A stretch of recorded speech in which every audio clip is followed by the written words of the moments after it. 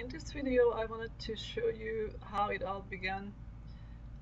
After I purchased the property, the only thing I had here is a shell of a barn. Basically, there's just the walls and the metal roof.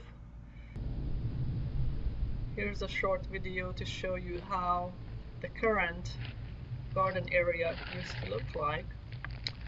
Initially, I started clearing up this area, but then I realized that there's not that much sunshine on this area, so I kind of stopped that.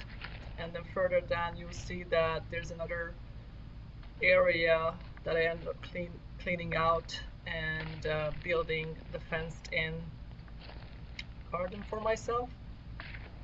Clearing this up took me several weekends.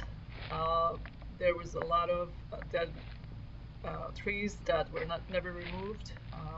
They cut those down when they installed the electric line, and they just left it there.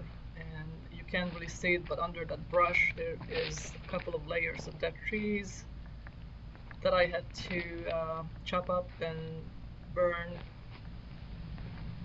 So this is the area of the garden that you see right now.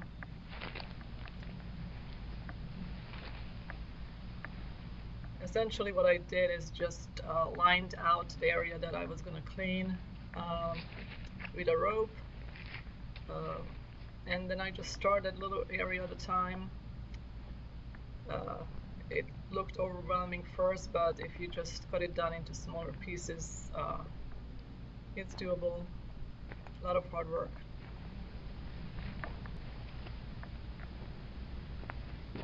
I'm going to show you some pictures that I took while I was setting up the garden and putting in a fence around it.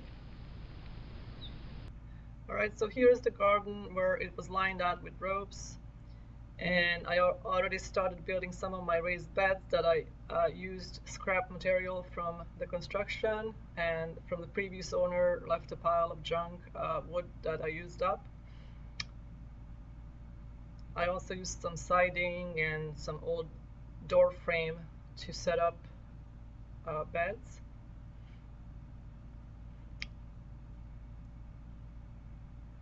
I had to level out the ground, obviously, to get these fit nicely, and planted some fruit trees on the back. You see about 6 fruit trees, and started to dig the posts. My son helped me with the digging, but I set it up and I built the rest of the fence.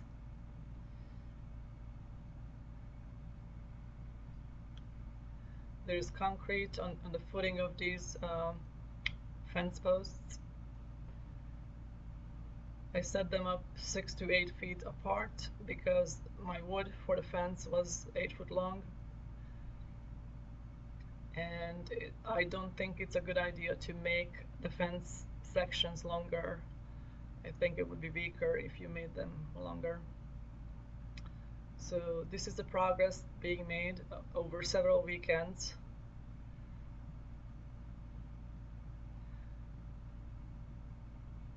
The fence is only 5 foot tall, but I stretched out some fishing lines across the top, and it actually goes up all the way to the top of the fence post, and that seems to deter the deer from jumping because they can see the line.